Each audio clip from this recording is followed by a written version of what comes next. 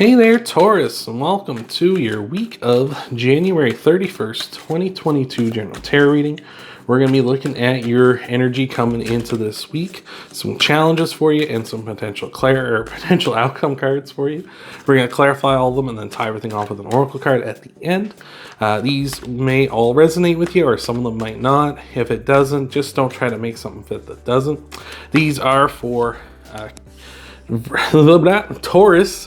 Sun, Moon, Rising, and Venus signs. You watchers are welcome too, because I can't stop you. This is a pre-recorded message, so everyone is welcome to check this reading out. Anyway, we're starting off with your energy. Over here on the left, we got the World, Zawoldo, the Star, and the King of Pentacles here.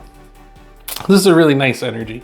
I feel like you're heading towards a big time completion. You're working very hard for this, something you've wanted to have happen for a long time here with the Star. So some sort of wish coming true here, either recently or something you're working hard towards going for that. So that's really beautiful. Oh, excuse me. With the Star here, that's Aquarius' card, so you may have Aquarius in your chart. Could be dealing with an Aquarius this week as well, potentially. So let's take a look at some clarifiers for your energy coming into this week. I really like this. This is a good, hard-working, honest energy. So let's see what we got. Got the Two of Swords, the Lovers, and the Hierophant. There you are, Taurus. That's awesome. The Hierophant is your card, so when you come up in your own reading, Taurus, that's a good sign. That's meaning you're in a very strong position, or you're coming into a strong position. So that's really beautiful. The Lovers here is Gemini's card, so you may have Gemini in your chart. Again, might be dealing with a Gemini. What's really awesome about this is that the Lovers represents a potential soulmate type person coming into your life, and someone who wants to stick around for a long time. So that's really beautiful. Soulmates, some people get that a little, like there's a little bit of misinformation with soulmates. Some people only think of them as like lovers. For me, I think soulmates can be anyone in your life who is significant in your life. So, of course, a lover, a partner. I think they can also be friends, family members, and even pets sometimes can be soulmates, I believe. It's just someone who just really just gets you, and you really just get them too, right? With the Two of Swords here, I feel like you're moving on into new lands, or at least you're willing to make that move if need be here. So I like that. With the Hierophant and the Lover's card here, again, could be a soulmate. You're encountering your own power. Could be also just saying you're learning more about something here. Maybe more about yourself as you go into the future, especially if you're looking for a partner, right?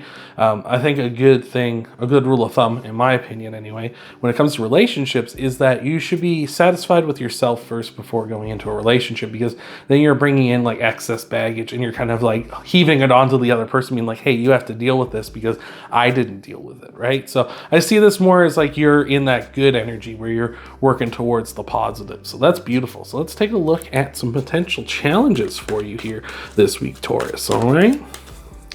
What have we got for you? We got the Fool, the Page of Cups, and the Hermit. That's Virgo's card. So you may have Virgo in your chart. You might be dealing with a Virgo too this week. With the Fool, the Page of Cups, and the Hermit, there's really a sense here of like you're working hard, but it's kind of almost as if you're maybe directionless at this time.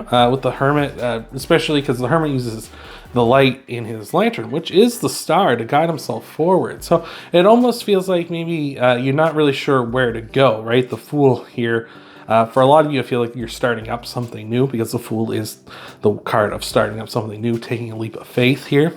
So I feel like for a lot of you, starting up something new at this time, but you're really not sure where to start or where to begin, right? It's almost like, for those of you looking for love, it's like there's so many dating sites out there. You can just go meet a person, or ask a friend or a coworker or somebody if they know anyone who's single, those kind of things. So it feels like there's maybe too many options on the table. You don't know really where to begin, even though you kind of know where you want to be at the end, right? You know what your ideal person looks like, or the person you would most like to be with. Kind of what you're looking for. It's just like where to find them, right?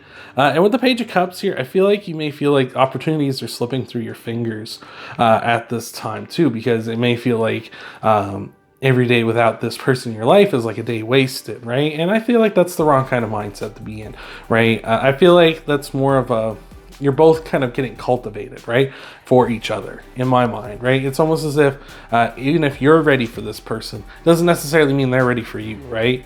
So it's almost as if, like, if you're ready, you know you're ready, and you're satisfied with your life and everything, and you're looking to add a person in to enhance them, it may feel that it's not happening because they're not ready, and they're not ready to add you into their life and stuff, right? And that's just a part of things, right? You can't force them to be ready, especially if you don't know who they are, right? But I just don't feel like those opportunities are slipping away. There's always going to be more opportunities, right? That's the whole abundance versus scarcity mindset, right? So have an abundance mindset. There's always going to be another opportunity. There's always going to be more fish in the sea, all that good jazz, right? So let's take a look at some clarifiers for you here. Got the Queen of Swords, the Six of Swords, and the Moon. The Moon is Pisces card, so you may have Pisces in your chart, might be dealing with a Pisces too. With the Queen of Swords, the Six of Swords, and the Moon here, really telling me that things aren't quite going, things are kind of in a kind of a hidden aspect. There's a bit of like, things are not kind of out in the light. You know what I mean? Like, it's almost as if there's kind of something, you know, in the mist, as you can see here in the Moon. Like, there's something kind of hidden here that's preventing things from moving forward, right? And I feel like it's something more you don't know rather than something like you do know but you're hiding, right? Because this is all very honest energy you have back here. Like, it's all very good.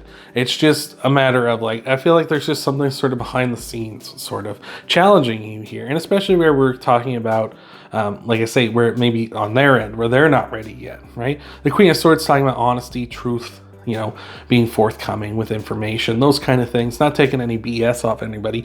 Where, like, I feel like that's kind of like, just like you might not just be seeing the truth because, well, the truth is they're not ready, or the truth is, like, maybe they're still learning lessons right now. Maybe your person is with someone else at this time and they have to learn a lesson and grow, and that's why, and you can't see that. So, you know, that's the truth of it, right? It's kind of being hidden, it's being obscured, right? Especially with the Moon here, where the Moon talks about, you know, only partial illumination. Like, you're seeing your truth, you're seeing that you're ready, but you're not seeing that they're not ready. You know what I'm saying? And with the Six of Swords here, the Six of Swords talks about being kind of in turbulent air and eventually moving into calm air. And it's like you're in that turbulent air. You're in the, like, we're in the rough patch where things aren't really necessarily working out the way we want them to right now. Because, of course, again, we're all set to go. It's just they're not set to go, right, Taurus? So let's see what we got for some outcome cards for you. See what's going on, Taurus. See if we can get them coming along any faster here. No, I feel as though there's not a whole lot you can do about that. You got the Queen of Pentacles, the Nine of Wands, and the High Priestess. With the Queen of Pentacles, the High Priestess, and the Nine of Wands, it's really, to me, saying get ready. Like, just keep ready, keep doing what you're doing, right? With the High Priestess, she talks about, you know, cycles, right? You can see here that she has her crown here. It each represents cycles of the moon, you know, like crescent, waning, waxing, full moon, that kind of thing. I feel it's like things come and go in cycles. There has to be phases of our lives, right? This may not just be a test for them, like we were talking about them kind of growing, learning lessons, but for you as well, a test of patience, right? A test of will. With the Queen of Pentacles here, we have the King of Pentacles here as well, so divine counterpart. So this person is worth the wait, especially with the lovers, the Queen and King of Pentacles. Like, this person you're working towards is worth the wait. They are, you know, the person for you. It's just a matter of holding off, right? The Queen of Pentacles tells us to maintain and to nurture the things in our life that are, you know, related to us. So like our health, our wealth, our time, like just maintain it. Make sure everything's good, right? You want to be staying in this energy you have, this hardworking energy, working towards this, because that's where you want to be for when this person finally, you know, they're ready too. With the Nine of Wands, it's saying, yeah, you may be wounded. You may be feeling like love's been hurting you, like time, the world has been hurting you, because you want to move forward. You want to have your happily ever after. You want to get to the Ten of Wands, which is dropping all this stress and all this burden on you, because you want to, you know, and have that in your life, right? for myself, I know through like high school and stuff, or myself, I didn't have like a partner. Like all my friends had partners and dates and all that kind of stuff. And it really hurt. Like it did, like, you know, it wasn't like anything directed at me, of course, because they couldn't help it. But that did hurt my heart, because it's like, if you know, it makes you feel kind of like you're an oddball, right? Because you know, they all have somebody but you don't have somebody. What's, you know, like, it may feel really kind of shitty that way. And you might be experiencing some of that too with this Nine of Wands, where, you know, maybe a lot of your friends and family all have partners, all have people, significant others and stuff like that in their life, and that might be stressful and harmful for you, but you just got to hold on, because the right person is coming, right? Now let's see what we got here to clarify this up, see if we can give you any more advice or help here. Hopefully that resonates with you. See if we can get you going here, Taurus. We got the Nine of Cups, beautiful, the Six of Wands, and the Knight of Swords. Yeah, that's great. With the Nine of Cups, the two people with Nine of Cups energy, you get the Ten of Cups. You get your life, you know, you get your dream life, right? The Nine of Cups, Ten of Cups representing your dream life, dream partner, dream home, all that good stuff, whatever that looks like for you, right? With the star, your wish is coming true. The Nine of Cups, when two people have Nine of Cups energy, they come together and form the Ten of Cups. So this is great. That's awesome. That's telling me that you're already in this energy. You're ready for this completion. You're ready for your dreams to come true. And it's just a matter of it's on their end as well. With the Knight of Swords and the Six of Wands, the Six of Wands is going to keep telling us, again, you got to line up with what you're doing, with what's on your mind, right?